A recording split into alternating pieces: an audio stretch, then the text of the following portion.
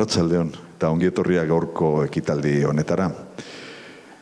Urtarria matematikaren bila, gaur bigarren atal hontan, Judith Ribas izango dugu, euskal dantzak eta matematika, edo matematika eta euskal dantzak nahi dezuen ordenean, ezta? Gogoratu baita ere, datorren ostiralean hemen izango degula Álvaro Martínez, Granadako Unibertsitateko irakaslea, Recreando Máquinas Geométricas Antiguas. Eta otsaila 2an bukatuko dela zikloa, bi ekitaldi batera eginez. Alde batetik izango dugu La belleza y el poder oculto de las matemáticas, Santiago Fernándezek eskainiko digun hitzaldia, eta egun berean banatuko ditugu 10. Lemniskata nazioarteko argazki, matematika argazki lehiaketako sariak, eta jarriko dugu bide batez ere egun hortan erakusketa aukeratutako 40 argazkiak ikusi ahal izateko. Ziklotik kanpo, otsailak 13an, emakumeak zientzian erakundearekin batera, Beasaingo Usurbe Antzokian ikaslentzat, DBH Lau eta Batxierroko ikaslentzat ere antolatuko dugu ingeniariak, emakume ingeniariei dagokioen ekintza. Nolabait, bultzatu nahian, bertako neskak eta gazteak bultzatzea zientzia edo teknologia eta ingenieritza arloetara. Eta gaur, hemen daukagu, matematika eta euskal dantzaz hitzeiteko Judith Ribas. Judith Gasteiztarra da, matematika arloan lizentziatua eta doktorea, matematika saileko irakaslea eta gradu ondotako analisi matematikoko irakaslea gehien bat.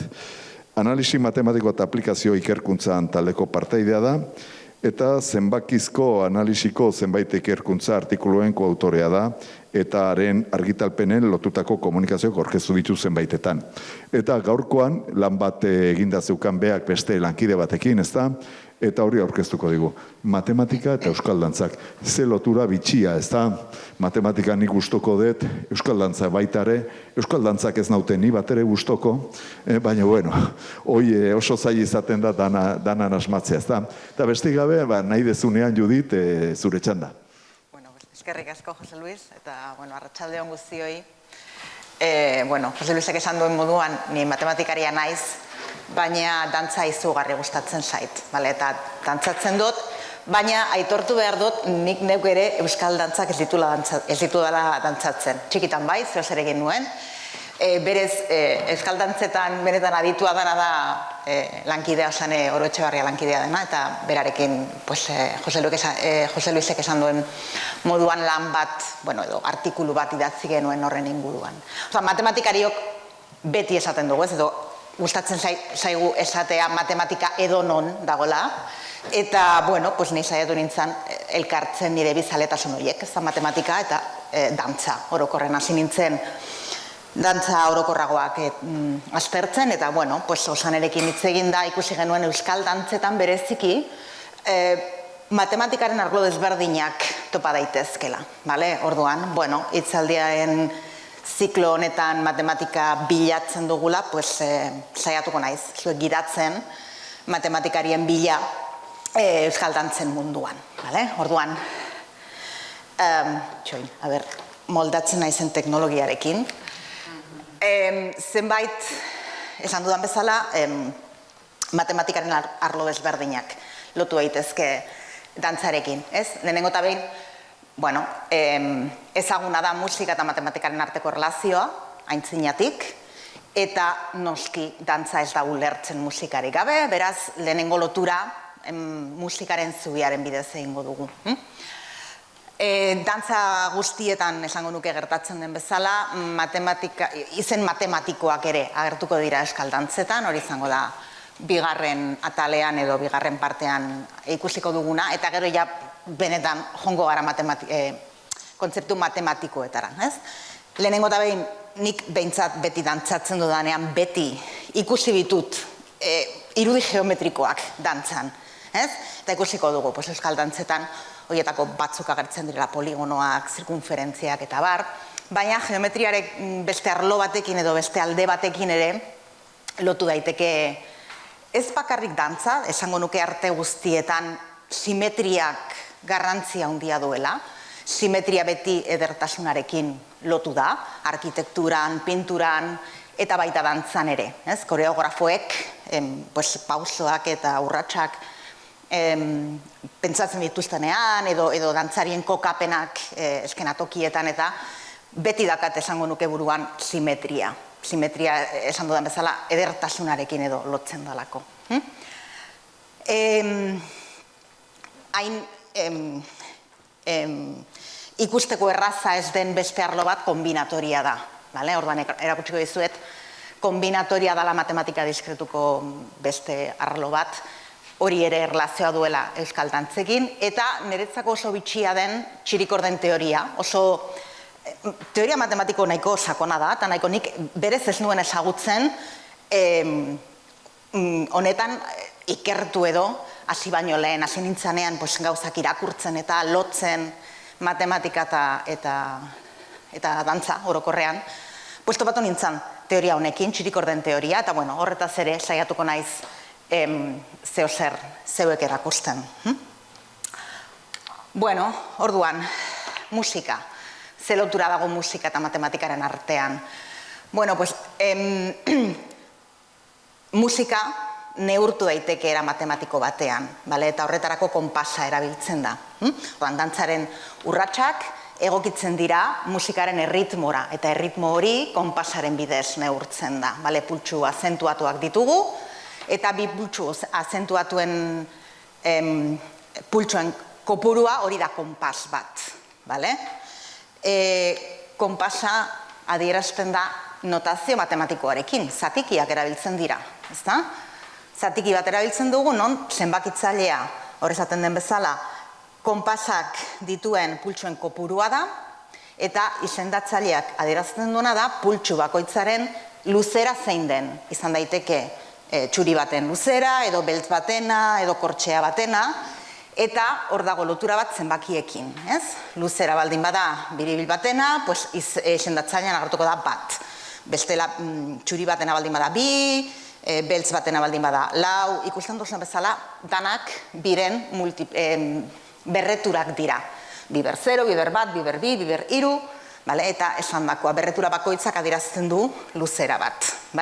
Ordan, zeintzuk dira, euskal dantzetan, euskal dantzak egiteko jotzen den musikan agertzen diren konpasak. Adibidez, bilauko konpasa dugu, adibidez, harin-harinean, edo laulauko konpasa, agurrean, kontrapasean, edo hirulauko konpasa. Hori da fandangoaren erritmoa, musikarena. Konpasa hauek guztiak agertzen dira beste dantzetan ere. Adibidez, bilauko konpasa da paso doblearena, edo merengearena. Laulauko konpasa esango nuke dantzan agertzen den ohikoena dela. Adibidez, swing musikan laulauko konpasa agertzen da, hor aipatzen den tangoa eta saltsan baita, eta hirulauko konpasa da baltsarena, argi eta garbi. Baina baditugu beste konpas batzuk, beste dantzetan hainoikoak ez direnak, baina bai euskal dantzetan. Adibidez, 6-8ko konpasa, biribilketa dantzatzeko musikan agertzen da, eta badaukagu ere 4-8ko eta 3-ko konpas kombinatuen erritmoa. Hori da bereziki espata dantzan agertzen dana. Eta noski 8-koa. 5-8ko konpasa da 8-koa, eta hori bai gurea dela. Euskal Herriko musikan agertzen den konpas bat, eta beste tokietan aurkitzen ez dana. Orduan, 8-koaren deskomposizioa edo pultsuetan grafikoan dozue. 5-8ko konpasa denez, 5 nota ditugu, 5 pultsu, eta iraupena izango da 8 lotzen genuen kortxearekin. Pultsu bakoitzaren edo nota bakoitzaren luzapena izango da kortxea batena. Baina oso antolaketa bitxia dauka. Badaukagu pultsu bat bere kabuz doana, esango genuke lehenengoa, baina gero binaka doaz. Eta binaka doazen pultsu horretan lehenengoa puntuduna da. Hori da, 8koaren berezitasuna, eta orduan nolabait simetria galtzen da, eta horregatik, erdiaroan eta etzen oso ondo ulertzen hemendik kanpo musika hau, eta Baina hori, oso gurea dan erritmo bat dugu. Bueno, esan dut izen matematikoak ere agertzen direla. Ez bakarrik euskaldantzetan, baina baita horrere, eta aipatu dugu lehenengoa, ez? 8koa. 8 zenbakia agertuko da, hitzaldian zehar, lotura handia duelako euskaldantzekin. Ordan, alde batetik 8koa musika da, esan dugun bezala, 5-8ko konpasean idatzitako musika, eta izena 8aren arrazoia da, esaldi musikalak, 8 konpaseko esaldiak, edo 8 konpaseko iraupena dutelako. Baina 8koa ere dantza bat da, dantza baten izena. Bueno, dantza bat baino gehiago, hobe esan da, dantza batzuek dakate izen hori lantzeko 8koa, baztangokoa edo Nafarroko dantzetan agertzen dena, eta aipatzekoa da, hor musika ez dela 8koa. Osa, musika ez da 5-8ko konpasean idatzita, baizik eta 4ko konpasean idatzita, transparentzian agertzen den bezala. Durangaldeko agertuko, hitzaldian zehar maiz agertuko den dantzaren parte bat ere 8koa da, 8 dantzarik dantzatzen dutelako. Berez, dantzaren parteak, parkatu, ez dira agertu, hortxe ditugu, agintariarena 8 dangoa edo 8koa, espata joko txikia orduan bat daude batzuk, 8koa, launakoa, binakoa eta banakoa, ez ditut ordenean esan parkatu, porque ez dut ikusten pantailan agertzen dena, baina ikusten duzue, ez? Badaudela batzuk, izen matematikoa dutena, berriro, ez? 8koa da, 8 dantzariak dantzatzen dutelako, launakoa da, 4 dantzari, aldi berean, esan nahi dut, gero ikusiko dugu bideoren bat. 4 dantzari dantzatzen dutelako, gauza bera binakoa eta banakoarekin. Baina ez bakarrik dantzetan, urratxetan ere izen matematikoak agertzen dira. Adibidez, jauzietan, daukagu 4 urrats, edo ezker 3, eskuin 3, edo batzuetan eta 3 gehitzen dugu urratxaren ondoan, erdizka eta 3, zote eta 3, edo pikabietan, erdizka lauetan, errepikatu behar baldin bada pausoa bitan edo lauetan, eta baita ere baztango mutil dantzetan ditugu izen matematiko batzuk. Hora ipatzen direnak 7 jauziak, 3 puntukoa, bat eta erdi, hor matematika dago zentzu batean. Baina, hori ez da benetan matematika agertzea euskaldantzetan, ez? Edo, ikutu... Baina lehen esan dudan bezala, ez? Osa, nik dantzatzen dudanean beti ikuste ditut irudi geometrikoak. Orduan, batzuetan, ezkerraldeko irudian agertzen den bezala, dantzariak kokatzen direnean dantza egiteko poligonoak osatu ditzakete, errektangeluak, edo ikusiko dugu pentagonoak, hexagonoak ere agertzen direla, edo beste batzuetan irudi zirkularrak ditugu. Ez da beteke zirkunferentzia oso bat, edo zirkunferentzia sati bat, edo zirkunferentzia bat baino gehiago. Horietako batzuk aztertuko ditugu. Orain, ulertu behar duzu matematikariok modelizatzen ditugula bizitza errealean edo gertatzen diren gauzak eta horretarako simplifikazioak egin behar ditugu. Orduan, zirkulu bakoitza da dantzari bat. Ez ditu dantzariak marraztuko, baina ulertu behar dugu goitik begiratzen dugula dantzarako prest dauden dantzariak eta nolabait proiektatzen dugu dantzaria lurrean. Horiek izango dira nire irudiak. Osea, niretzako zirkulu bat izango da dantzari baten kokapena edo. Orduan, dantza askotan dantzarien kopurua 8 da, eta 8 dantzari horiek ordenaturik kokatzen dira, eskenatokian. Ez da bat, bakoitza nahi duen tokian kokatzen, 2 lerrotan ordenatzen dira, 4 dantzariko 2 lerro, eta izan daiteke era vertikalean edo era horizontalean. Eta orduan lotzen baldin baditugu dantzarien kokapenak, errektangeluak ager daitezke. Eta esan duen bezala hori, dantza askotan gertatzen da. Denok ezagutzen duten Gipuzkoako brokel dantzan, Bizkaiko makil dantzan, bueno, batzuk aipatu ditut. Aber, ondo moldatzen naizen honekin, erakutsi nahi dizuet bideo bat brokel dantzarena.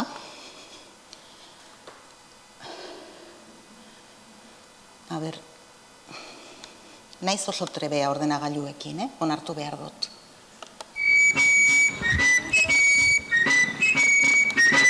Espero ezagutzen dozuela, hemengo dantza badalako.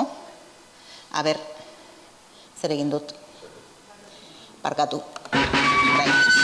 Utzi dazu, apurtxo bat aurrerago ematen, bidea luzea dalako.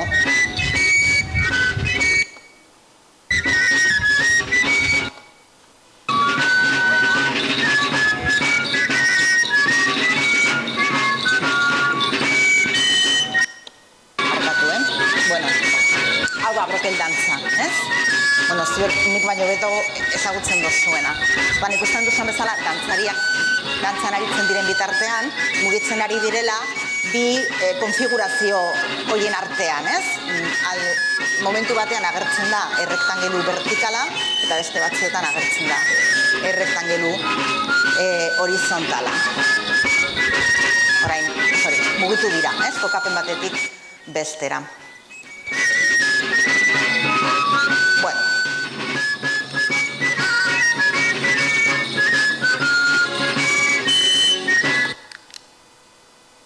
Vale. Baina konturatu bazarete, bidearen hasieran agertzen zen kapitaina deitzen dana, ez? Aurrean dantzatzen, beste dantzariak dantzatu baino lehen, kapitaina zen hoien aurrean. Horrek beste poligono bat ematen digu, ez? Baditugu gure 8 dantzariak atzean, eta beste bat hor aurrean. Edo berriro dantzaren banako dantzan, bakarrik dantzari bat ari dala, hori ere kokatzen da besteen aurrean. Puntu horiek lotzen baldin babitugu, pentagonoak agertzen dira. Ez dira pentagono erregularrak, baina 5 aldeko poligonoak dira. Batzuetan laukiak ere ikusi ditzakegu. Ezkerraldean dantzaren binakoa dugu, 2 dantzari daude aurrekaldean eta horiek dira dantzan aritzen direnak, une bakoitzean.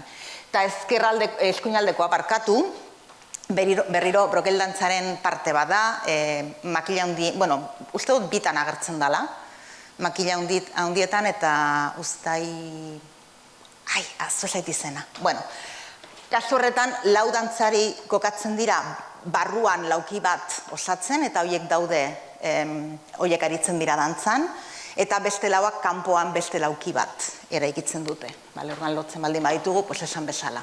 Laukiak ere edo karratuak ager daitezke. Eta, bueno, hexagonoak ere.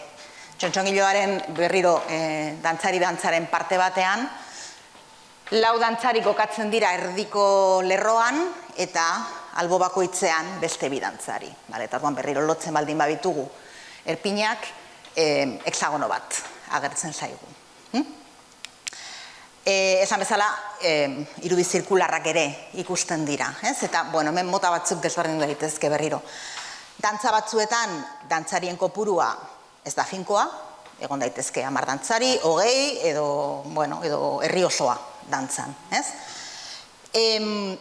Eta beste batzuetan, bikoteka dantzatzen dira dantzak, eta orduan, bikotearen dantzari bat zirkunferentzia batean kokatzen da, eta bestea zirkunferentzia zentrokide batean dago. Orduan, beste 2 irudi horiek ager daitezke.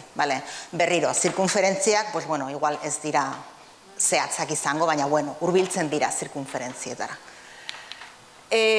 Beste dantza batzuetan, dantzarien kopurua finkoa da. Argazkian agertu den dantza, zinta dantza, ziurrenik ezagutzen dozuen eta gero berriro aipatuko duguna, hor normalean 8 dantzari daude. Segun zetokitan igual gehiago ere egon daitezke, baina printzipio 8 dantzari daude. Eta ez hori bakarrik,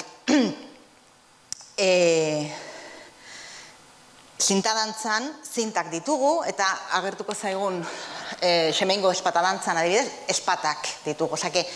dantzari eta aparte elementu batzuk agertzen dira. Eta horiek osatzen dituzte zirkunferentziaren elementu batzuk. Adibidez, ezkerraldean zinta dantzan, zintak izango dira erradioak zirkunferentziarenak. Erdian jartzen den zutoina zirkunferentziaren zentroan dago, eta zintek osatzen dituzte erradio batzuk.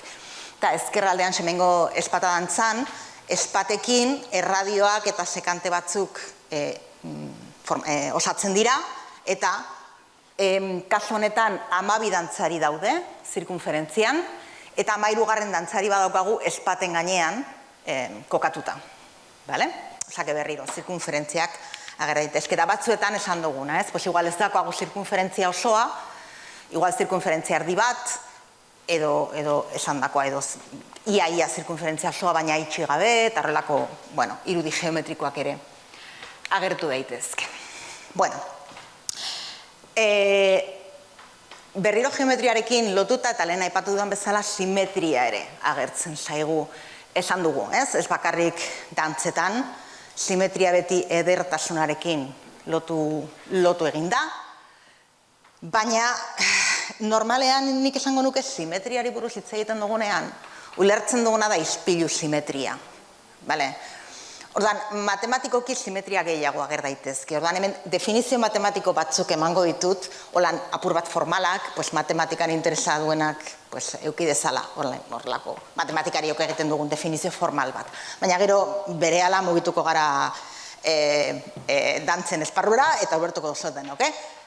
Ordan, zer da matematikarientzat simetria edo? Lehenengo eta behin isometriai buruz hitz egiten dugu, ordan, suposatzen da bi espazio ditugula, eta horien artean funtzio bat, edo aplikazio bat, edo erlazio bat, multzo baten elementuak beste multzoaren elementuekin erlazionatzen dituena. Eta gainera, multzo horietan distantziak neur ditzakegu.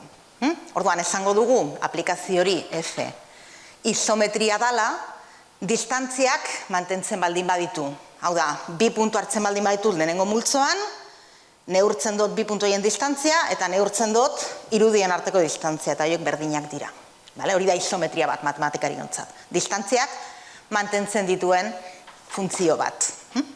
Eta orduan esaten dugu, multzo berbera baldin badaukagu, azpi bat, goien agertzen zirena azpi bat eta azpi bi multzo berbera baldin badira, esaten dugu, multzoko bi elementu simetrikoak direla, bata lortzen baldin bada besteari isometria bat aplikatuz. Edo puntuen ordez multzoak baldin babitugu, gauza bera. Multzo bat izango da bestearen simetrikoa, lortu badezakegu bigarrena lehenengoari isometria bat aplikatuz. Ordan multzoak eta guretzat multzoa zer da? Izango da planoa, esan dugu simplifikazio bat egingo dugula eta ulertuko dugula goitik begiratzen dugula gure dantzaria, horrek ematen digu zirkulu bat lurrean, eta hor lurrean nik distantziak neurtu bitzaket. Hori izango da gure espazio. Eta orduan, A izango da R2, izan baitek ere R3, espazioa altuerarekin eta, baina ikusiko dugu R2rekin nahikoa dugula. Planoarekin eta neurtzearekin distantziak planoan, horrekin nahikoa izango dugu simetria pilo bat aurkitzeko gure dantzetan. Ordan, zen olako isometria definitu daitezke. Lehenengo eta bain traslazioak. Traslazio bat zer da, da mugitzea puntu bat beste toki batera. Baina beti erabiliz norantza bera eta distantzia bera. Distantziak mantendu nahi ditugulako. Ordan, hori egiten dugu vektore baten bidez. Finkatu behar dugu erreferentzia sistema bat, zer da hori, esan behar dugu zein den jatorria, nun hasten gara mugitzen, eta gero mugitzen baldin banaiz eskuinera zein den unitatea.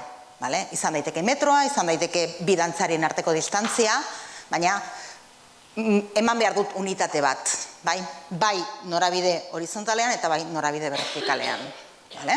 Izan behar dut zein den unitatea, norabide bakoitzan hori da, ora aipatzen den erreferentzia sistema bat finkatzea. Orduan hartzen dugu vektore bat, eta translazioak egiten duena da, batu X puntuari U vektorea. Osake, denok ulertzen duguna. Egiten dudana traslabatu, horregatik izena. Beste aukera bat da, biratzea puntu bat. Matematikoki, bueno, pues, biderkatu behar dugu gure x puntua matrize batekin.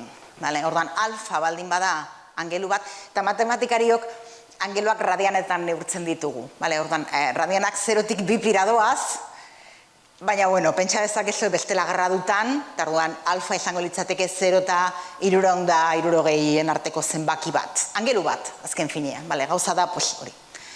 Guk nahiago ditugula radianak eta ez angeluak. Eta enaiz konturatuta ez dut aldatu. Angelutan ere egin daiteke, Bueno, orduan, nahiko adierazpen bitxi badaukagu, ze agertzen dira alfaren kosinuak eta sinuak funtzio trigonometriko horiek, baina azkenean eragiketa horrek zer egiten dugu. Bueno, pues, jatorrian finkatzen baldin badot nire puntua, lotzen baldin badot nire puntua jatorriarekin, biratzen dut alfa amplitudeko angelu bat beste ezerrez, bai? Eta azkenik, islapenak ditugu, ispiluak edo ispilu simetriak, bai? Berriro, matematikoki oso era raro batean definitzen dira, esaten dugu F islapen bat dala, bitan aplikatzen dugunean, bueltatzen baldin bagara hasierako puntura, bale? Orduan, hasiera batean, hori ez dugu erlazionatzen ispilu batekin, bale? Baina, bueno, nahiko erraz froga daiteke esaten dugu, hori da, matematikarion esaldi bat. Horrelako transformazioek badituztela puntu finko batzuk, mugitzen ez direnak, bale? Bereziki izan daiteke zuzen bat, bale? Zuzen bat izango da nire simetria ardatza, puntu horiek ez badira aldatzen transformazioaren bidez, bale? Eta x puntuaren simetrikoa lortzeko, egin behar duena da, hartu L-erekiko perpendikularra den zuzena, x puntutik pasatzen dana, orain neurtzen dut distantzia x puntutik L zuzenera, eta hartzen dut beste puntu bat bestaldean distantzia berera dagoena. Hori da, besterik gabe. Osea, betiko denok ulertzen dugun simetrikoa. Bai? Bueno, pues horiek izango dira. Bilatuko ditugun simetriak gure dantzetan. Bai? Orduan, hasiko gara arinarin eta fandangoarekin. Edo berez hasiko gara dantza batekin bikoteka dantzatzen dana bi zirkunferentzia zentrokidetan. Hori da planteamendua. Bale? Orduan, bikote zirrenik irudiarekin hobetu lertzen da. Bale? Orduan, hor badakazu berdez margotutako bikote bat. Bale? Dantzari badago barruko zirkunferentzian, bestea kanpoko zirkunferentzian. Orduan, nola lortu dezaket beste bikoteen posizioa? Pues egin beharko dudana da biratu, ez? Aplikatu biraketa bat lehen bikotearen posizioari. Orduan, n bikote baldin badaude dantzan, egin beharko dudana da buelta osoa, zirkunferentzia osoa n zati berdinetan banatu, beraz bipi zati n, angelua izango dut, eta hori erabiliko dut biratzeko lehenengo bikotearen posizioa eta lortzeko besteak. Osea, biraketak agertzen dira, argi eta garbi, horrelako dantzetan. Baina ez hori bakarrik, islapenak ere. Orain, eskuinaldean, dakazue berriro, berdez margotutako bikotea, edo beste dozein, osea, ez du inporta ze bikoterekin ari garen. Hor, eskuinaldean jarri dizuet beste borobiltxo bat, horrek sudurra dirazten du. Osea, esan nahi duana da horrekin, aurre daudela, bata besteari begira, sudurraren tontakeria bat esateko hori, aurrez aurre daudela. Ez hori bakarrik, harina dantzatzen denean, normalean, dantzari batek eskuineko oinarekin hasten baldin badu urratsa, aurrean dagoenak hasiko du bere ezkerreko oinarekin, beraz, islapen badago, gero ikusiko dugu batzuetan biraketak. Beste dantzaria, bere eskuineko biek eskuineko oinarekin hasten baldin badute urratsa, hori legoke islapen bat egongo, izango litzateke biraketa bat.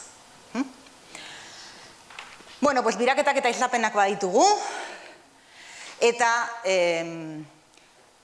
traslazioak falta zaizkigu. Horiek aurkituko ditugu aurkituko ditugu dantza pilo batean, baina adibide modura ekartzen dizuet dantzaren beste zati bat, beste parte bat. Lehen aipatu ditugu batzuk, zortzikoa, banakoa eta. Hemen ezpata joko txikia dakagu, bale? Orduan, zortzi dantzari ditugu, dantzarako. Orduan, de bat, de bi, de hiru, horrela de zortzir arte izendatuko ditut, eta hauek errektangelu batean kokatzen dira, errektangelu vertikal batean. Bi zutabe, lau dantzarirekin. Eta, importantea da, eskuineko eskuan ezpata bat eramaten dutela. Ezpata joko txikia balako. Eta denek eramaten dute eskuineko eskuan. Ordan, gutxiko da horrelako, nahiko irudi pobre bat da, baina zuzenkitxo horrek adierazten duena da ezpata. Ikusleak suposatzen da daudela beheko parte honetan, hori ez dut esan, baina ziur nago ulertu duzuela, baina hemen apur bat importantea da, argi ukitzeko hori benetan eskuineko eskua dela. Orduan, finkatu behar dugu erreferentzia sistema bat, esan dugu, gure transformazioak egiteko, orduan, jatorria kokatuko dugu dehazpi bat, honek bazeukan puntero bat, dehazpi bat dantzariaren, edo dantzaria berazten duen zirkuluaren zentroan. Tarain, finkatu behar ditut unitateak, ardatz horizontalean eta ardatz vertikalean. Eta unitateak, kasu honetan izango da, bi zirkuluen dehazpi bat eta dehazpi bi zirkuluen arteko, edo zentruen arteko distantzia, hori da unitate bat. Eta unitate vertikala izango da dehazpi bat eta dehazpi hiru zirkuluen, zentroen arteko distantzia. Ordan, zer egin behar dut lortzeko dantzarien posizioak jakinda zein den lehenengoarena, trasladatu, ezta? Orduan, adibidez, dehazpi bi ondoan dagoena, lortzen dut dehazpi bat, mugitzen baldin badut, unitate bat eskuinerantz eta unitaterik ez gorantz. Baina adibidez dehazpi bost, dehazpi bost dala hau, mugitu beharko dut lehen dantzaria bi unitate gorantz eta unitaterik ez eskuinerantz. Eta horrela, traslazioak erabiliz, lortu bitzaket beste dantzari guztien posizioak. Baina dantzariak mugitzen dira, dantzan zehar, orduan berriro beste bideo batera goaz. Lortzen dudan, ateratzen.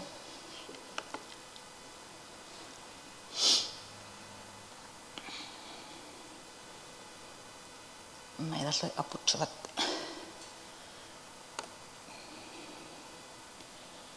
Aurreratu nahi dut apur bat, justu ezpata joko txikia badu.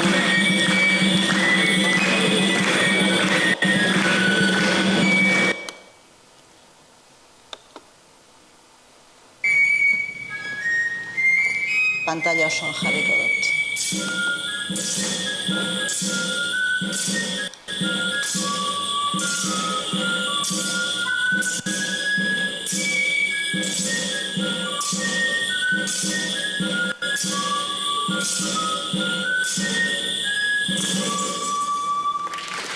Hori da, ezpata joko txikia ezakit ezagutzen zenuten. Orduan, ze ikusi dugu? Zenbait posizio desberdin ikusi ditugu hor, ez? Momentu batean, binaka aurrez aurrez zeuden dantzariak, ezakitu lertzen den, bai, ez da? Gogoratu aurreko konfigurazioa hau zela, danak aurrera begira, baina urratz batzuk egin eta gero, pasatu dira konfigurazio horretara edo posizio horretara. Orduan hor, ezin ditut dantzari guztien posizioak lortu trasladatuz lehenengoa. Binaka, bikoteak hartzen baldin baditut, bai. Hor, borobilduta dagoen D bat eta D hiru dantzariek osatzen duten bikotearen posizioa trasladatzen baldin badut, lortzen ditut besteak hor azpian dosoen bezala. Baina, adibidez D bat eta D hiru dantzariak hartzen baldin baditut, D hiruren posizioa lortzeko, egin behar dudana da, biratu D baten posizioa. Hemen ez dago islapenik, lehen aipatu dudana, ezpata biek eskuineko eskuan daramaten ez, Orduan, biraketa bat egin behar dut, D3 lortzeko D baten posizioarekin. Eta gauza bera gertatzen da, adibidez, D4 eta D4 eta D7, ez, bost, bai, dantzaria konsideratzen baldin baitut biraketa bat behar dut, bale? Dantzaren beste momentu batean, dantzariak daude horrelako katuta, aurre ezkerrekoak, eskuinekoak, bi hilaretan eta esandako aurrez aurre begira. Orduan berriro, traslazioak bai, baina bikoteka konsideratzen baldin baitu dantzariak, bale? Eta bikote baten barruan biraketa bat beharko dut, bataren posizioa bestearen posizioarekin lortzeko. Edo azkeneko une batean, aurreko lau dantzariak atzera begira daude eta atzeko dantzariak aurrera begira, berriro, hor. Bueno, hemen, mila simetria bila daitezke, ni jartzen baldin banaiz, aurkituko nituzke pilo bat, orduan bakoitzak pentsa dezake, zenolako transformazioak egin behar diren, dantzari baten posizioa transformatuz lortzeko besteak, edo bikote bat hartuta nola lortzen ditudan beste bikoteen. Adibidez, kasu honetan, 5. eta 7. tokietan dauden dantzarien posizioak lortzen dira, lehenengo eta 3. dantzariek osatzen duten bikotea berriro biratuz, baina ondokoa lortzen da trasladatuz, isometri horiek guztiak agertzen dira. Simetriak oso laburki, luzatzen ari nizalako gutxo bat, denboran zehar ager daitezke. Aurreko guztia espazioan ikusitako transformazioak izan dira, eta simetriak izan dira, baina denboran zehar baita urratsak errepikatzen dira, dantzan zehar. Adibidez, harin-harinean. Esaldiek 16 konpas dituzte, eta 16 konpas horiek 4 konpaseko 4 bloketan banatzen dira. Orduan, normalean egiten da, lehenengo 4 konpasetan urrats bat edo urrats batzuk, eta horiek errepikatzen dira beste blokeetan. Beraz, hor traslazio bat egiten ari naiz denboran. Edo batzuetan kombinatzen dira denboran traslazioak eta gainera islapenak. Askotan urrats bat egiten da lehenengo hasita eskuineko hankarekin eta jarraian egiten ditugu mugimendu berberak, baina kontrako oinarekin. Hor berriro islapen badaukat. Orain islapena zuzena edo planoa hobe esan da izango litzateke dantzariaren gorputzaren erditik pasatzen den planoa. Ordan, esan dakoa, simetriak daude edonon dantzan beste arteetan gertatu den bezala. Matematikaren beste arlo bat, kombinatoria. Kombinatoria, igual ez da hain ezaguna, geometria, simetriak eta, denok kontrolatzen ditugu, kombinatoria igual, ez dago gure egunerokotasunean, baina, ez da oso komplikatua azaltzea zer den matematikaren arlo hori. Hor esaten den bezala, elementu kopuru finitu bat, hau da, multzo finitu baten elementuak ditugu, eta jakin nahi dugu nola ordenatu, edo hoien artean batzuk nola aukeratu. Orduan, esan dako, hor esaten den bezala, elementuen taldekatze edo ordenatze prozesuak aztertzen duen arloa da. Hasiko gara ordenamenduekin. Orduan, matematikokin nola definitzen dut ordenamendu bat?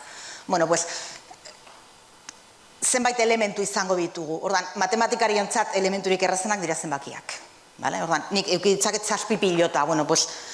7 pilota horiei zenbakiak ematen dizkiet, ez lehitzen diet. Lehenengo pilota, 2., 3., horrela 7. arte.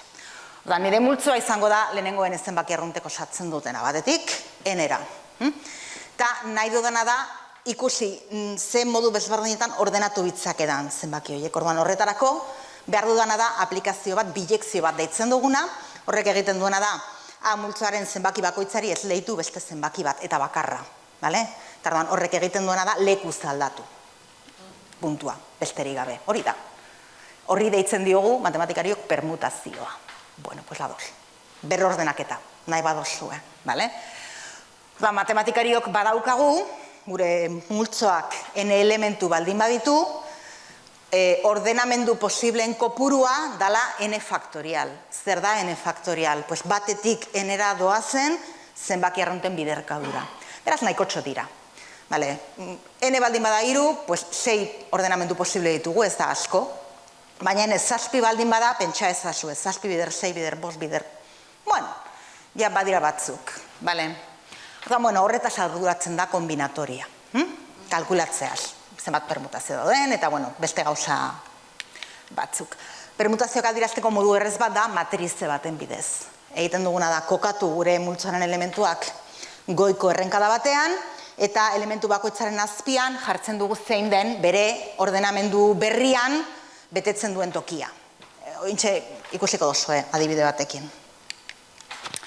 Eta, interesa duenarentzat,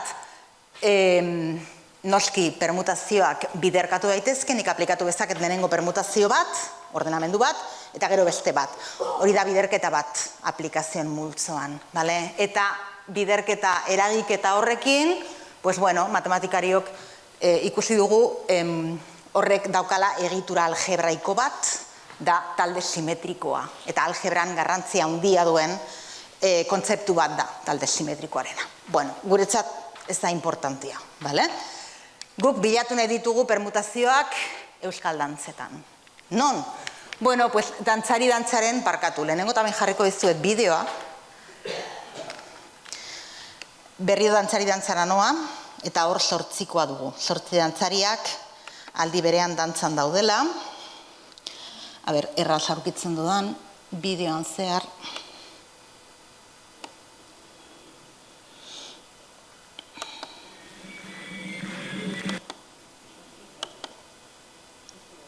Hortik, gutxi gura ez.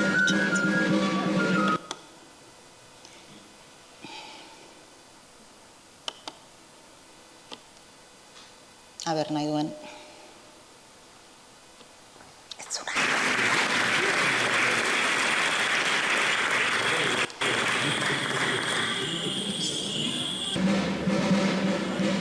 Hori 8koa, 8 langoa.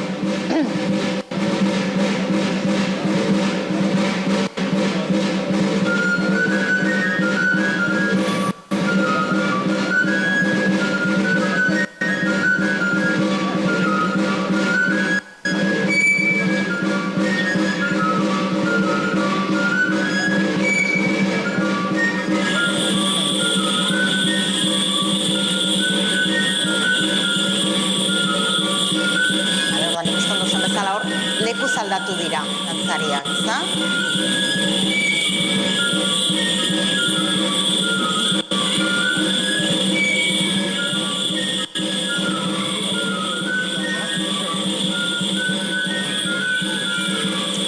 Hemendik aurrera errepikatzen dira egiten dituzten mugimenduak, orduan, geldituko dut bideoa, eta joango gara aztertzen ikusi duguna, bale?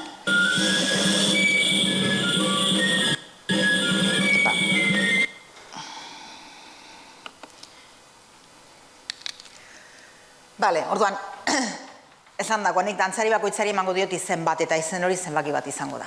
Orduan, lehenengoa bigarrena, hirugarrena, laugarrena, ez dakit ikusten den, lehenengoa bigarrena, hirugarrena, laugarrena, bosgarrena, seigarrena, zazpigarrena, zortzigarrena. Orduan, lehenengo urratsen bidez, lehen laukote honetan zeudenak aldatu dira diagonalez. Osea, lehenengoa laugarren tokira jonda, eta bigarrena hirugarren tokira jonda. Eta beste laukian gauza bera. Beraz, orgoian dakase idatzita. Lehenengoa laugarren tokira doa, bigarrena hirugarrenera, hirugarrena bigarrenera, laugarrena lehenengora, eta gauza bera besteekin. Gero, egin dutena da, ezakit konturatu zaretenik esaten dizuet, ezkerreko zutabean zeudenak eskuinekora doaz, ondokoarekin txandakatuz. Ordan, hori matematikoki zer da? Lehenengoa bigarren tokira doa eta bigarrena lehenengo tokira. Hirugarren tokian zegoena laugarrenera eta laugarren tokian zegoena hirugarrenera. Eta gauza bera besteekin. Eta azkenik aurrean zeudenak atzera doaz. Binaka, lehenengo tokian zegoena bosgarren tokira doa. Lehenengo tokian zegoena bosgarren tokira doa. Bigarren tokian zegoena seigarrenera, hirugarren tokian zegoena. Laukoteak trukatzen dira.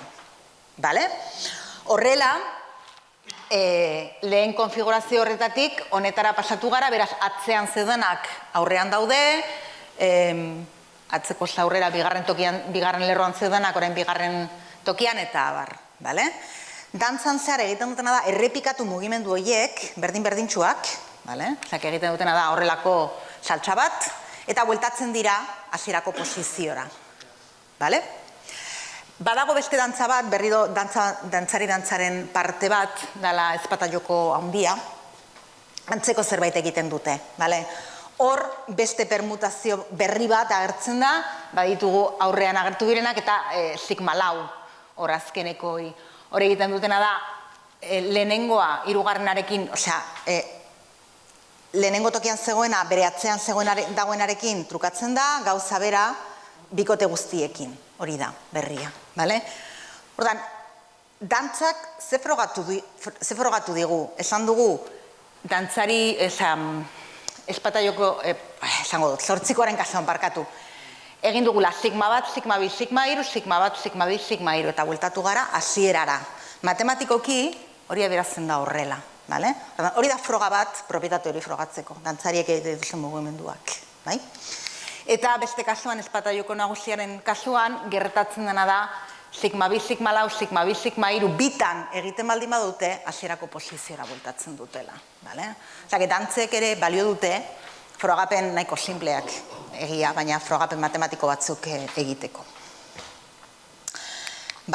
Jarraituz kombinatoriarekin, ordenamendu ez arduratu beharrean, pentsa bezakegu elementu batzuk eman da, horietako zenbait aukeratu nahi ditugu.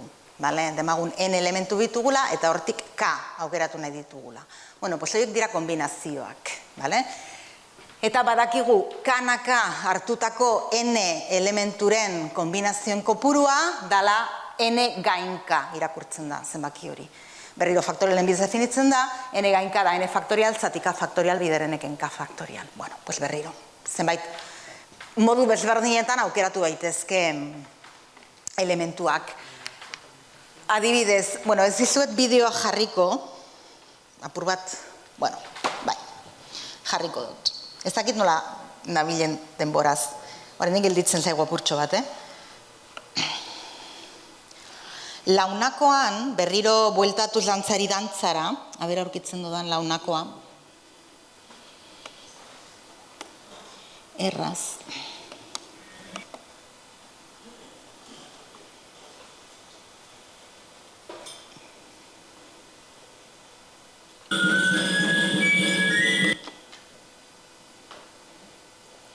Launakoan, esan dugu lau dantzari, ari direla dantzan, une bakoitzean. Hor, adibidez, bakarrik aurreko lauak ari dira dantzan.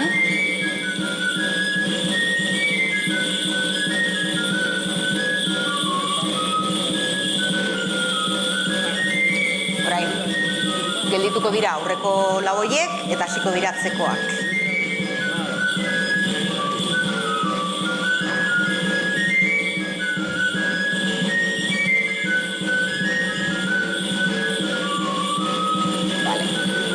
Geldituko dira eta hasiko dira hasierako biak eta 5. eta 6. posiziotan daudenak. Horiek bukatzen dutenean izango dira 3., 4. eta 7., 8. posiziotan daudenak, dantzan ari direnak, eta azkenik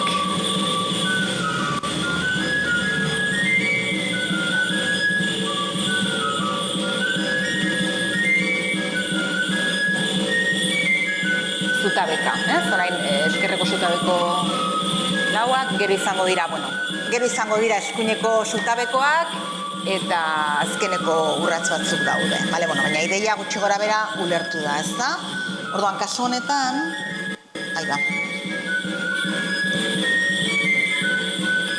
azkenean ikusiko duzu osoa.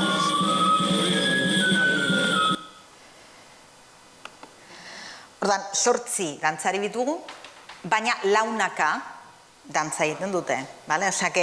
Launaka hartutako 8 elementuren kombinazioak ditugu. Posibilitateak, aukera posible guztiak dira 30, 8 gain 4 kalkulatzen baldin badugu, noski horietako guztiak ez dira agertzen direnak dantzan, dira hor markatuta dituzuenak. Esan dakoa, berdez margotuta dira dantzan ari direnak, eta gorriz margotutakoak geldirik daudenak une bakoitzean. Lehenengo eta behin, 1, 2, 3, 4 elementuek osatzen duten kombinazio hartzen dugu, gero 5, 6, 7, 8, eta horiek izango dira dantzan agertzen diren 8 elementuko kombinazioak launak hartuta. Bueno, eta bukatzeko azken atala izango da lehen aipatu dudan txirikorden teoria. Niretzako oso, bitxia izan zen aurkitu nuenean. Denok dakigu zertan txirikorda bat, ezta? Ilearekin egiten duguna, esan nahi dut, banatzen dugu ilea 3 zatitan eta gurutzatzen ditugu ile mototxoiek txirikorda bat egiteko, ez? Orduan, nola trasladatzen dugu hori matematikara?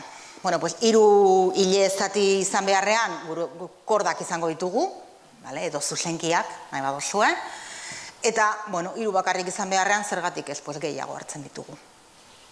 N matematika hori gustatzen zaigulako dana orokorra egitea. N hori izan daiteke 8, izan daiteke 9, 20, gero praktikan, gure dantzetan ikusiko dugu 8. Zinta izango ditugula, zintekin lotuko dugu. Eta orduan, hori, gurutzatuko ditugu, korda horiek, txirikordak lortzeko.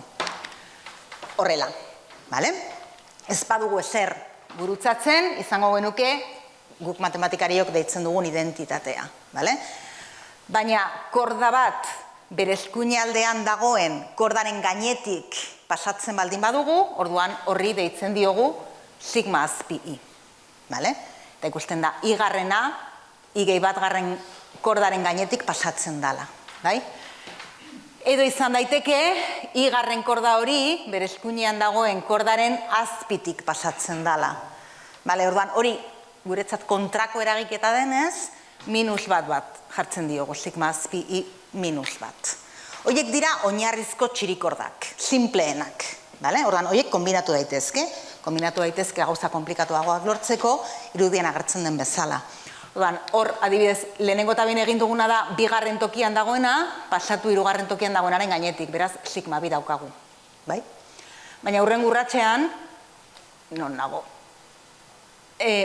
lehenengo tokian zegoena, bere ondoan dagoenaren azpitik pasatzen da, orduan sigma 1, -1 izango dugu. Gero 3. tokian dagoena, pasatzen da bere ondoan dagoenaren azpitik, eta abar. Gauzak arreta apur batekin eta kontu apur batekin egin behar dira, txirikorda horiek propietate batzuk bete behar dituzte, hor zerrendatuta daudenak, baina ere esan guri zaigu gehiegi inporta, eta gertatzen dena da, propietate hauek guztiak betetzen baldin badira, eta hor aipatzen den urrutiko trukakortasuna betetzen baldin bada, orduan berriro egitura matematiko bat daukagula, talde bat. Eta matematikan, algebran importantea da, egitura hori eukitzea, eraiketak ditugunean.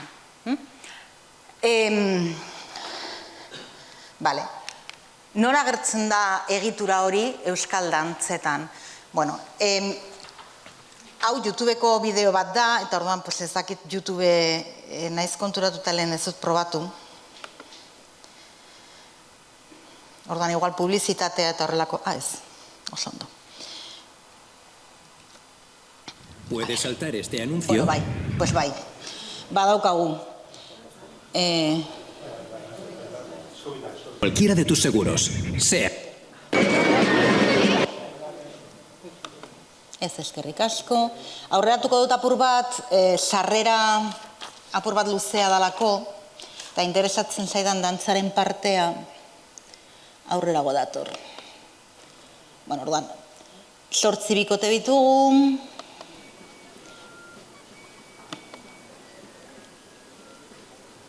Ez dakit soinuarekin arazorik. Ez, hor dago.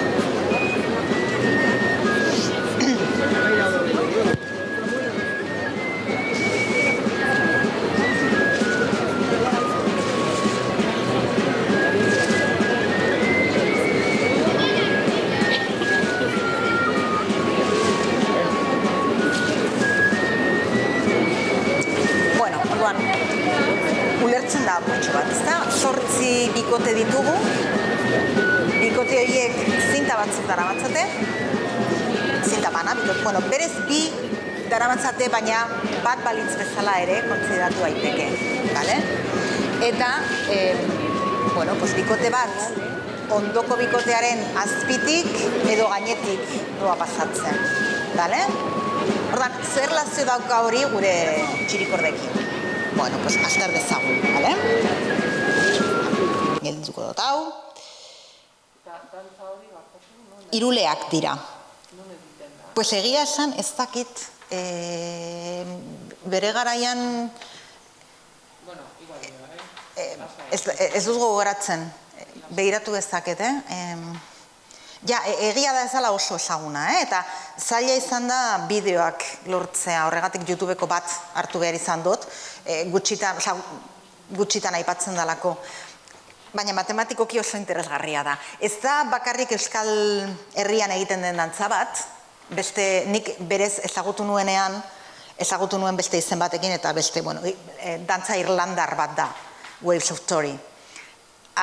Eta, bueno, lankide batek entzun zidan hitz egiten dantza horri buruz, eta berak hitz egin zidan dantza honetaz, hiruleak. Nik egia esan ez nuen ezagutzen.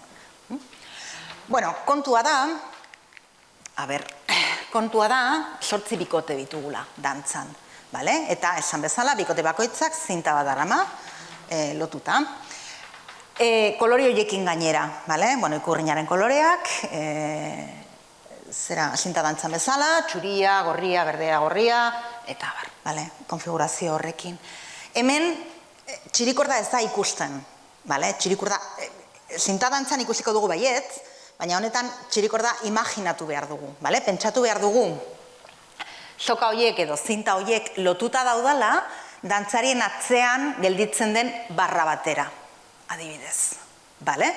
Eta orduan txirikorda agertuko zen dantzarien atzean, haiek mugitzen diren bitartean, bale?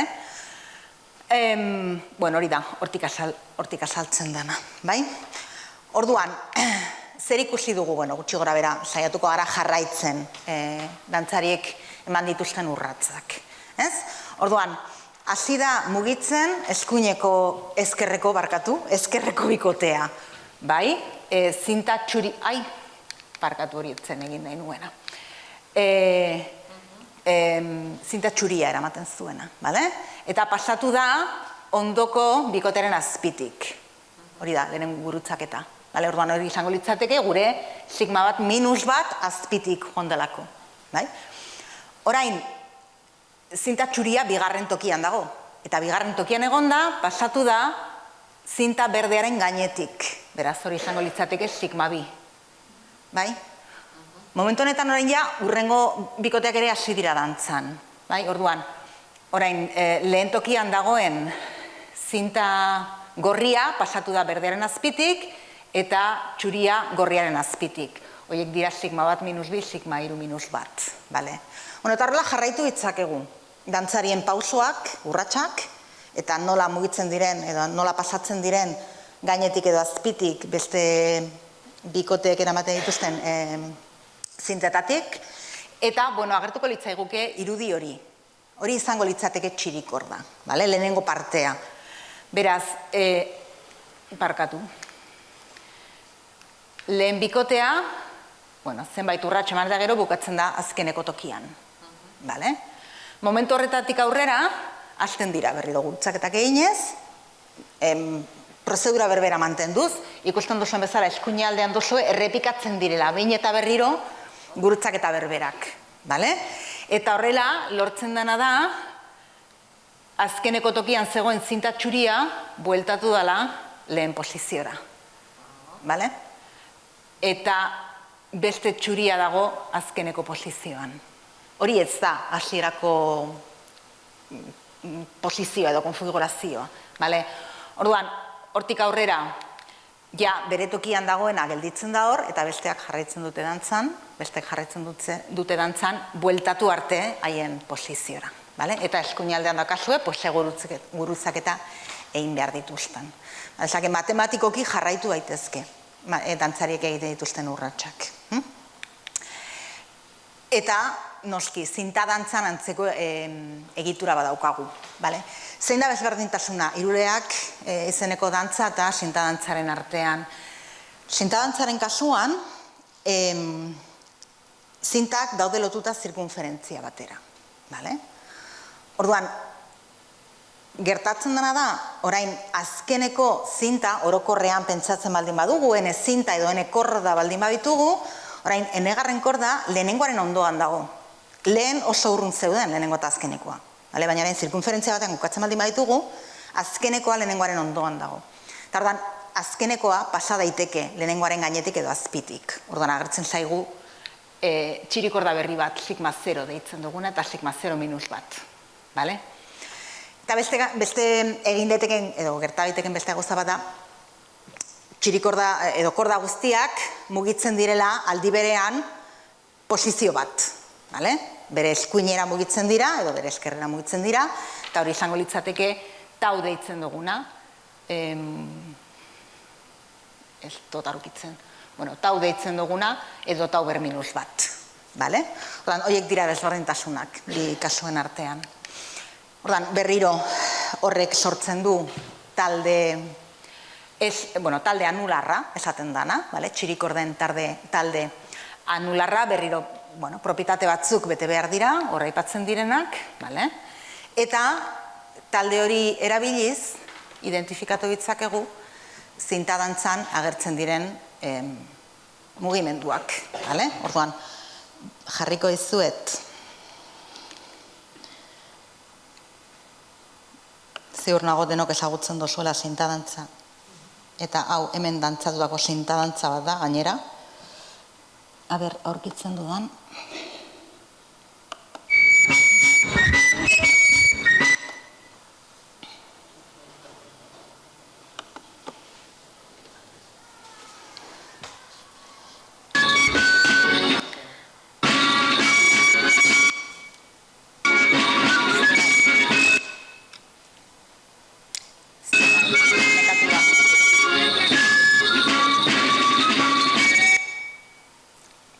Nekatu da.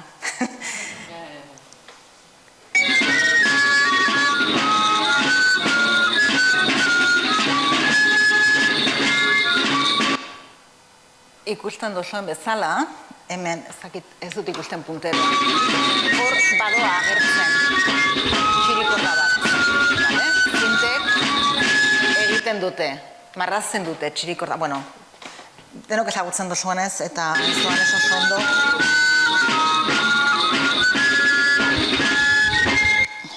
Oso laburki, bukatzeko, ikusiko dugu non agertzen den txirikorden talde anularra. Orduan, zinta dantzan esan dugun bezala 8 dantzari ditugu, osatzen dute zirkunferentzia bat, eta zirkunferentziaren zentroan zutoina dugu. Eta zutoini horretan daude zintak itxatzita, eta dantzari bakoitzak eramaten du zinta bat kolore horiekin gainera. Koloreen kokapena da irudian agertzen dana. Orduan, toki bakoitzean dantzatzen da zinta dantza modu, toki bakoitzean, edo badaude bertsio batzuk. Simplena esango nuke matematikoki, esan nahi dut, struktura edo egitura matematikoaren aldetik, Bizkaiko zinta dantza da. Hor gertatzen dena da, zinta gorriak hasten direla mugitzen, edo zinta gorria daramatzaten dantzariak hasten dira mugitzen, erlojuen horratzen kontrako orientazioarekin. Haien, ez dakit nola esan, niretzako da erlojuen horratzen kontrako orientazioarekin. Eta pasatzen dira besteen azpitik, parkatu gainetik. Orduan, hau izango litzateke 8. tokian dagoena, pasatzen da lehen tokian dagoenaren gainetik, eta gauza bera beste gorri guztiekin. Hori da barruan, lehenengo urratxean egiten dena. Orduan hor ditugu sigma 0, sigma 2, sigma 4, sigma 6. Baina hurrengoan pasatzen dira ondo handakaten zinten azpitik. Horregatik dazkagu sigma 1 minus 1, sigma 2 minus 1, sigma 5 minus 1, sigma 6 minus 1. Hori errepikatzen dute, eta horrekin osatzen dute zirkunferentziaren erdia. Orduan, hemen hasten dena, jarraitzen baldin badugu, bukatzen da zirkunferentziaren bestaldean. Osak izango litzateke zirkunferentziaren buelta erdia. Orduan, hau errepikatzen dute, uste dut dala 6 aldiz, eta gero ja gelditzen dira, hori izango litzateke dantza. Ikusi dugun zinta dantza da hemengoa, Gipuzkoakoa edo brokel dantzan agertzen dana. Hor, gertatzen dana, da dantzariak ez direla danak batera hasten dantzan, ezakit konturatu zareten, dakizuen, lehenengo bi dantzarik dantzatzen dute, gero 4, gero 6 eta gero ja danak 8. Ordan, matematikoki egitura izango litzateke hori. Lehenengo eta behin 8. tokian zegoena pasatzen da lehen tokian zegoenaren gainetik, gero ja 2 bikote hasten dira dantzan, 3 bikote eta ja 4 bikoteak. Gero egiten dute Bizkaiko zinta dantzan egiten diren urrats berberak, eta gelditzeko gauza bera gertatzen da. Ez dira danak aldi berean gelditzen, binaka doaz gelditzen. Orduan, egitura matematiko apur bat komplikatu hau izango litzateke. Ez dut aipatu, hori dela, 2 kasuetan dantzaren lehenengo partea. Gero desegiten dituzte urratsak, txirikorda desegiteko, eta txirikorda besagertzen da, zutoinetik. Badago azken adibide bat, baina nik uste dut apur bat luze gelditu denez hitzaldia, Korteseko zinta dantzan beste gauza batzuk agertzen dira, baina esan dakoa. Honekin uste dut nahikoa dela, eskerrik asko zuen arretagatik, eta, ez dakit, galderak.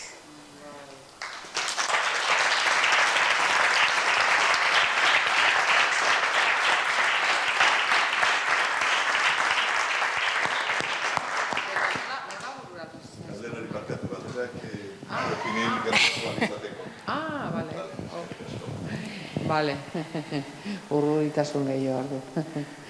Bueno, nola bururatu zitzaizun, porque, geometria eta bai ikusten dela, garbi, dantzan, baina eredu matematikok, matematika aplikatu hortan, nola bururatu zitzaizun?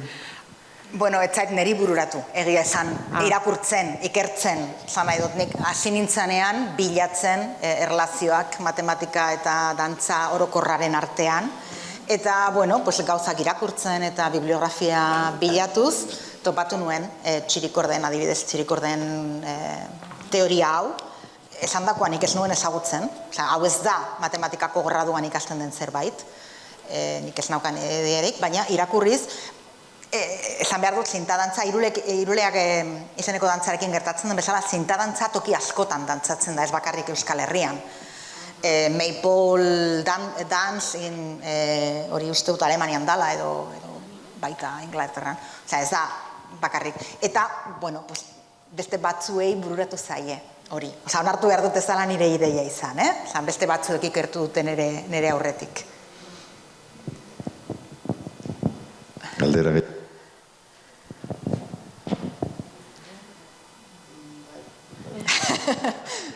Izango naiz. Bale. Eta zuk uste duzu dantza sortzerakoan matematika kontutan hartu dute?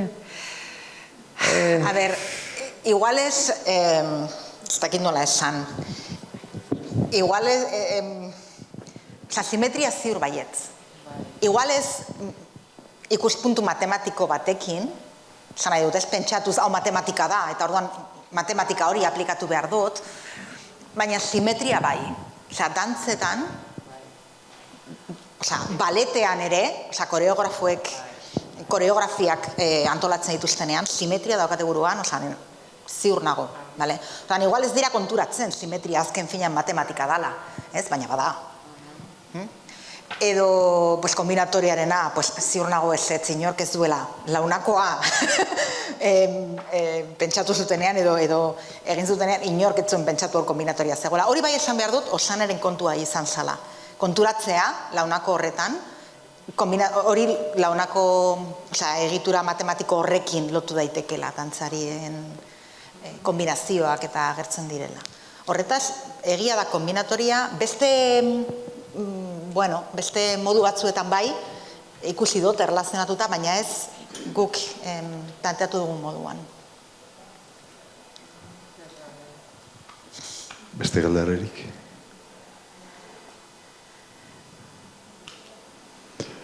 Bueno, galderarik ez badago, aitortu berra daukagu, lana jarri diguzula guain, betaurreko matematikoekin ikusi beharko dugu dantza ere. Estetika, musika, talde batera utzita ere. Eta lana badago, Hori da. Bueno, danontzat orain bukatzen degunean, hemen izango dugu zer jana eta zer edana, pixka bat danon artean hitz egiteko, eta berarekin hitz egiteko aukera izan dezazuen. Datorren ostiralean, bertan izango dugu Álvaro Martínez, Granadako Unibertsitatekoa, eta beak azalduko digu, bi makina orain artekoan teorian bakarrik lortutakoak, bat 10. mendean Averroesek konpas perfektua edo deitzen dana, ez da eraikitzeko moduko makina bat, baina lortu dutena da laser bidez eta tela sensiblen bidez, nolabait makina horrek egiten ditun gauzak berre eraikitzea. Eta gero mesolabioa edo hori bai eraiki dute, simuladore bidez erakutsiko digute, baina baita ere erabili ahal izango dugu tresna gero gure artean. Eta hemen espero dut zeuek ere izatea, bertan berriro ere. Eskerrik asko etortzegatik, hor zuen zai gaude, eta eskerrik asko bat ipatzuri Judit, hitzaldi atsegin hau eta polit hau emategatik. Eskerrik asko eta txalon.